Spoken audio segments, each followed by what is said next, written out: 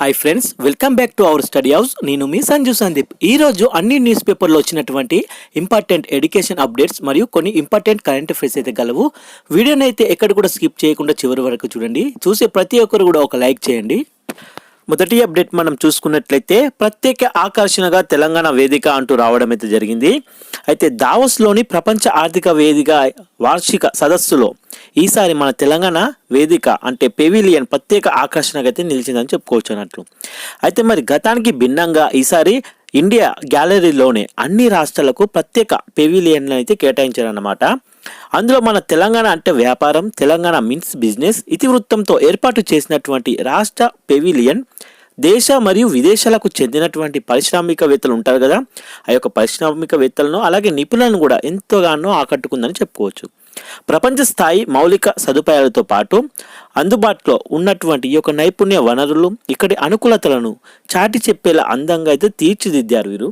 అయితే అభివృద్ధి నినాదాలతో తెలంగాణ భవిష్యత్తు ప్రణాళికలను ప్రదర్శించారన్నమాట. అక్కడ దేశంలోనే అత్యంత నివాస యోగ్యమైన సిటీగా మన హైదరాబాద్కు ఉన్న ప్రత్యేకతలు ఆకర్షణలను కళ్ళకు కట్టేలా బ్యాక్గ్రౌండ్ వాల్ పోస్టర్ను అమర్చారు. అందులో దేశంలోనే మూడో అతిపెద్ద మెట్రో నెట్వర్క్ అయిన మరియు అలాగే ఎయిర్పోర్ట్ వరకు మెట్రో విస్తీర్ణ దేశ విదేశ ప్రయాణికులను అనువైన అంతర్జాతీయ విమానాశ్రయం, హైదరాబాద్ చుట్టూ ఉన్నటువంటి ఔటర్ రింగ్ రోడ్తో పాటు కొత్తగా తలపెట్టిన రీజనల్ రింగ్ రోడ్తో మెరుగైన రవాణా సదుపాయాలను ఇందులో అయితే ప్రస్తావించారన్నమాట. సో ఇక్కడ ప్రత్యేక ఆకర్షణగా మన తెలంగాణ వేదికగా అయితే నిలవడం జరిగింది ఈ యొక్క సదస్సులో. నెక్స్ట్ అప్డేట్ మనం చూసుకున్నట్లయితే భౌగోళిక గుర్తింపు దిశగా ఆర్మూర్ పసుపు అంటూ రావడం అయితే జరిగింది. ఈ యొక్క నిజామాబాద్ జిల్లా ఉన్నది కదా, నిజామాబాద్ జిల్లాలోని ఆర్మూర్ ఈ యొక్క పసుపు పంటకి భౌగోళిక గుర్తింపు సాధన కోసం కొండ లక్ష్మణ్ బాపూజీ తెలంగాణ ఉద్యాన ఈ యొక్క విశ్వవిద్యాలయ శాస్త్రవేత్తల బృందం క్షేత్రస్థాయి అధ్యయనం అయితే చేపట్టింది అన్నట్టు. ఈ యొక్క వర్సిటీ ప్రాజెక్టు ప్రధాన పరిశోధకులు పిడిగం సైదయ్య నేతృత్వంలో కమ్మర్పల్లి పశు పరిశోధన కేంద్రం శాస్త్రవేత్తలు B Mahender, P Srinivas, NABARD DDM Praveen కుమార్లతో కూడినటువంటి ఈ బృందం బుధవారం నాడు ఈ పంట పండించే ప్రాంతాల్లో రైతు క్షేత్రాలను సందర్శించింది. అలాగే అనంతరం సమావేశమై భౌగోళిక గుర్తింపు పొందేందుకు దరఖాస్తు చేయడానికి కావాల్సినటువంటి సమాచారం, లిఖితపూర్వక ఆధారాలు తదితర అంశాలపై కూడా చర్చించారు. అయితే త్వరలోనే ఈ రకానికి సంబంధించినటువంటి డిఎన్ఏ ప్రొఫైలింగ్ లక్షణాలు వివరణ అలాగే ప్రయోగశాలలో నమూనాల పరిశీలన జరపాలని నిర్ణయించారన్నమాట. ఈ విషయమై సైదయ్య హైదరాబాద్లో ఈనాడుతో మాట్లాడుతూ అన్ని అంశాలను క్రోడీకరించి మరో 3 నెలల్లో చెన్నైలోని మేధో సంపత్తి హక్కుల కేంద్రంలో దరఖాస్తు కూడా చేస్తామని చెప్పారు. భౌగోళిక గుర్తింపుతో దేశ విదేశాలకు ఆర్మూర్ పసుపు ఎగుమతులు పెరగడంతో పాటు రైతులకు అధిక ధరలు లభిస్తాయని కూడా చెప్పారన్నమాట. సో భౌగోళిక గుర్తింపు కోసము ఈ మన ఆర్మూర్ పసుపునైతే వీళ్ళు నిర్ణయించుకున్నారన్నమాట. భౌగోళిక గుర్తింపు తీసుకురావాలని దరఖాస్తు అయితే చేయడానికి అనుకున్నారు వీళ్ళు. నెక్స్ట్ అప్డేట్ మనం చూసుకున్నట్లయితే బేటీ బచావో బేటీ పడావోకు 10 ఏళ్లు పూర్తి అంటూ రావడం అయితే జరిగింది. ఆడపిల్లల లింగ నిష్పత్తిని కాపాడడం, వారికి విద్యను చేరువ చేయాలనే లక్ష్యంతో ఈ యొక్క భాజపా ప్రభుత్వం తీసుకొచ్చినటువంటి బేటీ బచావో బేటీ పడావో అంటే ఆడపిల్లలను కాపాడుదాం చదివిద్దాం అనే కార్యక్రమంతో బుధవారంతో 10 ఏళ్లు పూర్తి చేసుకుందన్నమాట ఈ యొక్క పథకం. అయితే కార్యక్రమం బుధవారంతో 10 ఏళ్లు పూర్తి చేసుకుంది కదా. ఈ సందర్భంగా ప్రధాని మోడీ, కేంద్ర హోంమంత్రి అమిత్ షా హర్షం అయితే వ్యక్తం చేశారన్నమాట. గడిచిన 10 ఏళ్లలో బాలికలు లింగ వివక్షను అధిగమించి తమ కళలను సాధించుకునేందుకు ఈ కార్యక్రమం మెరుగైన వాతావరణాన్ని కల్పించిందని, అలాగే ఇదొక ప్రజాశక్తి కార్యక్రమంగా మారిందని మోడీ ఎక్స్లో అయితే రాసుకొచ్చారన్నమాట. ఈ యొక్క 10 ఏళ్లలో ఈ కార్యక్రమం ఎన్నో మైలురాయిలను అందుకుందని, ఎందుకు కృషి చేసినటువంటి ప్రతి ఒక్కరికి కూడా అభినందిస్తున్నానని, ఈ కార్యక్రమం బాలికల హక్కులు విద్య గౌరవానికి కొత్త కోణాన్ని అందించిందని హోంమంత్రి అమిత్ షా కూడా చెప్పారన్నమాట. నెక్స్ట్ అప్డేట్ మనం చూసుకున్నట్లయితే 4 హైకోర్టు మాజీ న్యాయమూర్తులకు సీనియర్ న్యాయవాది హోదా అంటూ రావడం అయితే జరిగింది. అయితే హైకోర్టు న్యాయమూర్తులుగా పదవి విరమణ చేసి సుప్రీంకోర్టులో ప్రాక్టీస్ ప్రారంభించాలనుకున్న 4కి సుప్రీంకోర్టు కొలీజియం సీనియర్ న్యాయవాదుల హోదా అయితే కట్టబెట్టిందని చెప్పొచ్చు. ప్రధాన న్యాయమూర్తి జస్టిస్ సంజీవ్ ఖన్నా కదా 51వ సిజేఐ. అయితే 50వ సిజేఐ వాళ్ళు అందరూ తెలుసు, డివై చంద్రచూడ్. 49 మనకు యువి లలిత్ అన్నమాట. ఈ యొక్క మనకు న్యాయమూర్తుల justice B R Gavai, justice Suryakant, justice Hrishikesh Roy, justice Abhay S ఓకలతో కూడినటువంటి కొలీజియం బుధవారం ఈ మేరకు నిర్ణయం అయితే తీసుకుంది. అయితే ఇందులో అలహాబాద్ హైకోర్టు మాజీ న్యాయమూర్తి అయినటువంటి జస్టిస్ అరవింద్ సింగ్ సంగ్వాన్ను, అలాగే ఆంధ్రప్రదేశ్ హైకోర్టు మాజీ న్యాయమూర్తి justice C V Nagarjuna Reddy, Chhattisgarh high court మాజీ న్యాయమూర్తి జస్టిస్ గౌతమ్ భదూరి, మేఘాలయ హైకోర్టు మాజీ ప్రధాన న్యాయమూర్తి జస్టిస్ ఎస్ వైద్యనాథన్లను ఉన్నారన్నమాట. ఇందులో నలుగురు. వీరు ఇకపై న్యాయవాదులుగా తమ మాతృ హైకోర్టు మినహా దేశంలో మిగతా హైకోర్టులు, సుప్రీంకోర్టులో వాదనలు వినిపించుకోవడానికి వీలుంటుంది అన్నట్టు. Justice C V Nagarjuna Reddy 2006 September 11 నుంచి 2018 డిసెంబర్ 4 వరకు ఏపీ హైకోర్టు న్యాయమూర్తిగా అయితే పనిచేశారు. 2019 అక్టోబర్ 30 నుంచి 2024 అక్టోబర్ 29 వరకు ఏపీ విద్యుత్ నియంత్రణ కమిషన్ చైర్మన్గా కూడా పనిచేశారు. నెక్స్ట్ అప్డేట్ చూసుకున్నట్లయితే బాంబే హైకోర్టు సీజేగా జస్టిస్ అలోక్ ఆరాధ్య అంటూ రావడం అయితే జరిగింది. అయితే ఇతను తెలంగాణ హైకోర్టు సీజేగా పనిచేశాడు కదా అలోక్ ఆరాధ్య. ఇటీవల తెలంగాణ నుంచి బాంబేకి అయితే బదిలీ చేయడం జరిగింది ఈ అలోక్ ఆరాధ్యని. అయితే తెలంగాణ నుంచి హైకోర్టు నుంచి బదిలీ అయినటువంటి ఈ యొక్క ప్రధాన న్యాయమూర్తి జస్టిస్ అలోక్ ఆరాధ్య మంగళవారం నాడు బాంబే హైకోర్టు సీజేగా ప్రమాణం అయితే చేశారన్నమాట. ముంబైలోని రాజ్ భవన్ దర్బార్ హాల్లో నిర్వహించిన వంటి ఈ కార్యక్రమంలో మహారాష్ట్ర గవర్నర్ అయినటువంటి సిపి రాధాకృష్ణన్ ఆయనతో ప్రమాణం అయితే చేయించారు. నెక్స్ట్ అప్డేట్ చూసుకున్నట్లయితే అమెరికా విదేశాంగ మంత్రిగా మార్కో రూబియో ప్రమాణం అంటూ రావడం అయితే జరిగింది. అమెరికా యొక్క నూతన అధ్యక్షుడిగా 47వ అధ్యక్షుడిగా డొనాల్డ్ ట్రంప్ అయితే రావడం జరిగిందిగా. ప్రమాణ స్వీకారం జనవరి 20 అయితే జరిగింది. ఆ తదుపరి అమెరికా విదేశాంగ మంత్రిగా ఎవరు మార్కో రూబియో అయితే ప్రమాణం చేశారన్నమాట. ఇతను విదేశాంగ మంత్రిగా చేయడం జరిగింది మంగళవారం నాడు. అయితే అధ్యక్షుడు ట్రంప్ క్యాబినెట్ లో బాధ్యతలు చేపట్టిన తొలి మంత్రిగా అయితే నిలిచారు ఇతను. అమెరికా ప్రయోజనాల పరిరక్షణ, దేశాన్ని మరింత బలోపేతం చేయడం, సురక్షితంగా తీర్చిదిద్దడమే ట్రంప్ ప్రభుత్వ ప్రధాన కర్తవ్యమని ఈ సందర్భంగా మార్కో రూబియో అయితే తెలిపారు. నెక్స్ట్ అప్డేట్ చూసుకున్నట్లయితే దేశంలో ఓటర్లు 99.1 కోట్లు అంటూ రావడం అయితే జరిగింది. దేశంలో ఓటర్ల సంఖ్య అయితే పెరిగిందని చెప్పొచ్చు. గత ఏడాది జరిగిన లోక్సభ ఎన్నికల సమయానికి 96.88 కోట్ల మంది ఓటర్లు ఉండే వారన్నట్లు. అయితే ఈ సంఖ్య ప్రస్తుతం ఎంతకు చేరింది? 96 నుంచి 99.1 కోట్లకు అయితే పెరిగిందని చెప్పొచ్చు. ఈ నెల 25న జాతీయ ఓటర్ల దినోత్సవం సందర్భంగా, అంటే ఎల్లుండి అనమాట, ఎన్నికల కమిషన్ బుధవారం ఈ వివరాలను అయితే వెల్లడించింది. 18 నుంచి 29 సంవత్సరాల మధ్య వయసున్న వాళ్ళు చూసుకుంటే మనకు 21.7 కోట్ల మంది అయితే ఉన్నారు. అదే స్త్రీ పురుషుల నిష్పత్తి 2024లో 948 ఉండేది. ప్రస్తుతం ఇది ఎంతకు చేరింది? 954 అయితే పెరిగిందన్నమాట. ఈ నిష్పత్తి 2019లో 928 కాగా 2024 ఇప్పటికీ ఎంత 948కి అయితే పెరిగింది. లోక్సభ ఎన్నికల సమయానికి ఎంత ఉన్నది? 48.044 మంది థర్డ్ జెండర్ వ్యక్తులు ఓటర్లుగా నమోదయ్యారు. మొత్తం ఓటర్లో 47.15 కోట్ల మంది మహిళలు, 49.72 కోట్ల మంది పురుషులు అయితే ఉండేవారు.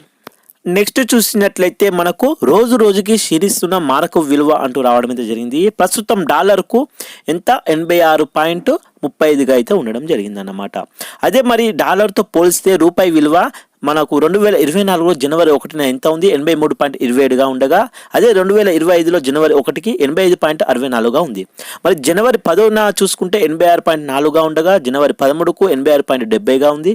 అదే ఇప్పుడు జనవరి 22 నిన్నటి రోజుకి ఎంత ఉంది? 86.30గా ఉండడం అయితే జరిగింది. ఇలా ఆర్థిక వ్యవస్థకు నష్టం, విదేశాల్లో భారతీయ విద్యార్థిపై పెను భారం అయితే పడుతుందని చెప్పుకోవచ్చు. అమెరికా డాలర్తో పోలిస్తే రూపాయి మారకపు విలువ భారీగా పతనం అవుతుందని చెప్పొచ్చు. గతంలో ఎన్నడూ లేని విధంగా డాలర్ విలువ 86.70కి చేరిన బుధవారం రాత్రి ఎంత 86.35 వద్ద ఉంది. అయితే ఇలా ఏమవుతుంది? రూపాయి పతనం ఇంకా ఉందనే ఆందోళన వ్యక్తమైతే అవుతుంది. ఈ ప్రభావం ఇప్పటికే వివిధ రంగాలపై అయితే కనిపిస్తుంది. విదేశాల చదువుతున్న మన విద్యార్థులకు ఫీజులు, ఖర్చులు నిమిత్తం గతంలో కంటే అధిక మొత్తాల్లో చెల్లించవలసి అయితే వస్తుందని తల్లిదండ్రులు అయితే తల్లడిల్లిపోతున్నారు. నిత్యావసర వస్తువులు కూడా ధరలు కూడా మండిపోతున్నాయని చెప్తున్నారు. సో ఇలా ఉంటే చాలా ఇబ్బంది పడాల్సిన అవసరం వస్తుంది. నెక్స్ట్ అప్డేట్ మనం చూసుకున్నట్లయితే గగన్యాన్ క్రూ మాడ్యూల్ సిద్ధం అంటూ రావడం అయితే జరిగింది. అయితే గగన్యాన్ ఈ యొక్క సన్నాహక ప్రయోగాల్లో భాగంగా నిర్వహించే మానవరహిత అంతరిక్ష యాత్ర కోసం ఈ యొక్క క్రూడ్ మాడ్యూల్ అయితే సిద్ధం చేసినట్లు ఇస్రో అయితే వెల్లడించిందనమాట. అయితే బెంగళూరులోని లిక్విడ్ ప్రాపల్షన్ సెంటర్ LPSCలో మాడ్యూల్కు ప్రొపల్షన్ వ్యవస్థను అనుసంధానం చేసిన తర్వాత శ్రీహరికోటలోని సతీష్ ధావన్ అంతరిక్ష కేంద్రానికి పంపినట్లు ఇస్రో అయితే బుధవారం వెల్లడించింది.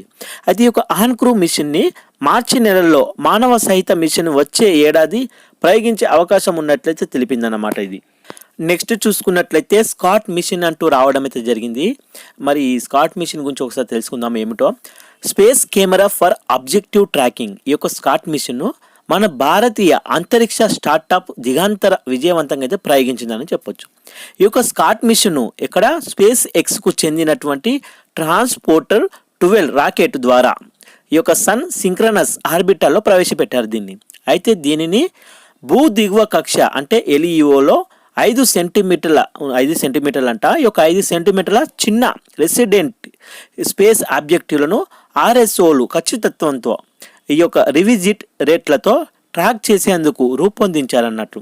అయితే ఈ యొక్క దిగాంతర స్పేస్ స్టార్టప్ ప్రయోగించినటువంటి space camera for objective tracking mission ప్రపంచంలోనేనంట మొదటి వాణిజ్య స్పేస్ సిచ్యువేషన్ అవేర్నెస్ SSA ఉపగ్రహం అంట ఇది మొదటిది. అయితే అలాగే అంతరిక్షంలో జరిగే కార్యకలాపాలు ఉంటాయి కదా, ఆ యొక్క అంతరిక్షంలో జరిగేటువంటి ఒక కార్యకలాపాలని పర్యవేక్షించేటువంటి తొలి మిషన్ అంట ఇది. ఏంటిది? Scott machine. నెక్స్ట్ అప్డేట్ చూసుకున్నట్లయితే 2025లో ప్రపంచ వృద్ధి ఎంత 2.8% అంటూ రావడం అయితే జరిగింది. ప్రస్తుత సంవత్సరంలో ప్రపంచ ఆర్థిక వ్యవస్థ వృద్ధి ఎంతంట 2.8%గా నమోదయ్యే అవకాశం ఉందని ఏం తెలిపింది? ఐక్యరాజ్య సమితి అయితే అంచనా వేస్తున్నట్లు తెలుస్తుంది. అయితే అమెరికా, చైనాల వృద్ధి రేటు నెమ్మదించవచ్చని, అలాగే భారత్ మరియు ఇండోనేషియా ఆర్థిక వ్యవస్థలు మెరుగైన పనితీరును కనబరచవచ్చని అంచనానైతే ఈ యొక్క ఐక్యరాజ్య సమితి అయితే అంచనా అయితే వేస్తుందన్నమాట. ఈ అంచనా ప్రకారం తన నివేదికలో వ్యక్తం చేసింది ఇది. ఐరోపా కూటమి, జపాన్, బ్రిటన్ల ఆర్థిక వ్యవస్థలు స్వల్పంగా పుంజుకోవచ్చని కూడా పేర్కొంది. నెక్స్ట్ అప్డేట్ మనం చూసుకున్నట్లయితే మార్చిలోనే ఉపగ్రహాల అనుసంధానం అంటూ రావడం అయితే జరిగింది. వాతావరణం అనుకూలించకపోవడంతో ఇప్పటికే 3 సార్లు వాయిదా పడినటువంటి ఈ యొక్క డాకింగ్ ప్రక్రియను అధికారికంగా వాయిదా వేస్తున్నట్లు ఇస్రో అయితే బుధవారం ప్రకటించిందన్నమాట. ఈ యొక్క ఉపగ్రహాల పనితీరు బేషుగ్గా ఉన్న డాకింగ్కు అవసరమైనటువంటి వెలుగు లేకపోవడంతో మార్చి వరకు వేచి ఉండాల్సి వస్తుందని వెల్లడించింది. అంటే ఇప్పుడు మంచు కురుస్తుందిగా, దానివల్ల ఇబ్బందులు కూడా పడుతుందన్నమాట వెలుగు ఉండడానికి. 2 ఉపగ్రహాల ఆదివారం వేకోజామున 3 మీటర్లకు చేరిన వెంటనే 15 మీటర్ల దూరానికి వెళ్లడంతో ఈ యొక్క డాకింగ్ ప్రక్రియ సంక్లిష్టంగా మారినట్లు ఇస్రో అయితే వెల్లడించిందనమాట. అయితే ఈ యొక్క ఉపగ్రహాల డాకింగ్ మరియు అన్డాకింగ్ అవసరమైనటువంటి ఇంధన వ్యవస్థలు సురక్షితంగా అయితే ఉన్నాయి. అయితే ఈ నెల 20 వరకు డాకింగ్ కోసం ఇస్రో ప్రయత్నిస్తుంది. కుదరని పక్షంలో మార్చి 15 తర్వాత మళ్ళీ ఆ ప్రయత్నాలు కొనసాగించాలని అధికారులు అయితే పేర్కొన్నారన్నమాట. ఈ యొక్క డాకింగ్ ప్రక్రియ ఆలస్యమైనా సరే ఉపగ్రహాల పనితీరులో ఎలాంటి వ్యత్యాసం ఉండబోదని ఇస్రో నూతన అధిపతి అయిన నారాయణ్ వెల్లడించారు. ఇప్పుడు సోమనాథ్ లేడు కదా, కొత్తగా వచ్చాడు ఇస్రో చైర్మన్ ఎవరు? నారాయణ్. అతనైతే చెప్పారనమాట ఎటువంటి ఇబ్బంది కాదు, సేమ్ అదే ఉంటుంది, దాని పనితీరు ఎటువంటి మార్పులు ఉండవని. నెక్స్ట్ అప్డేట్ మనం చూసుకున్నట్లయితే పెరుగుతున్న వృద్ధులు అంటూ రావడం అయితే జరిగింది. నేడు జీవన వ్యయాలు చుక్కలంటుతున్నాయి. దీనికి తోడు కెరియర్పై దృష్టి, చిన్న కుటుంబాల్లో పిల్లల్ని చూసుకునేవారు లేకపోవడం తదితర కారణాల వల్ల చాలామంది అధిక సంతానాన్ని కనడానికి ఆసక్తి చూపడం లేదని, అలాగే దాంతో జనాలు తగ్గి భవిష్యత్తులో వృద్ధుల జనాభా పెరిగే అవకాశం ఉంది. అలాగే పనిచేసే వారి సంఖ్య తరుగు పడునుంది. ఇండియాలో నిరుడు పనిచేసి వయసు వారి సంఖ్య ఎంత? 98.99 కోట్లు. 15 ఏళ్ల లోపు వారు 30.72 కోట్లు ఉండగా 65 ఏళ్లు పైబడిన వారు 10.36 కోట్లు ఉన్నారు. 2050 అలాగే 2100 ఈ నాటికి వారి సంఖ్య ఎంతకు చేరవచ్చు అంటే కోట్లలో మనం చూసుకున్నట్లయితే 15 నుంచి 64 ఏళ్ల వయసు ఉన్నవారు 84.79 అంటే 113 మనం అనమాట. 15 ఏళ్ల లోపు వారు 20.73% గాను 29 అలాగే 88 గాను ఉండబోతున్నారు 2020కి మరియు 2100 నాటికి అనమాట. సో 15 నుంచి 64 ఏళ్ల వయసు వారు 2050లో చూసుకుంటే మనకి ఎంత? 113 గాను, అదే 2100కు 84.79 గాను ఉంటారు.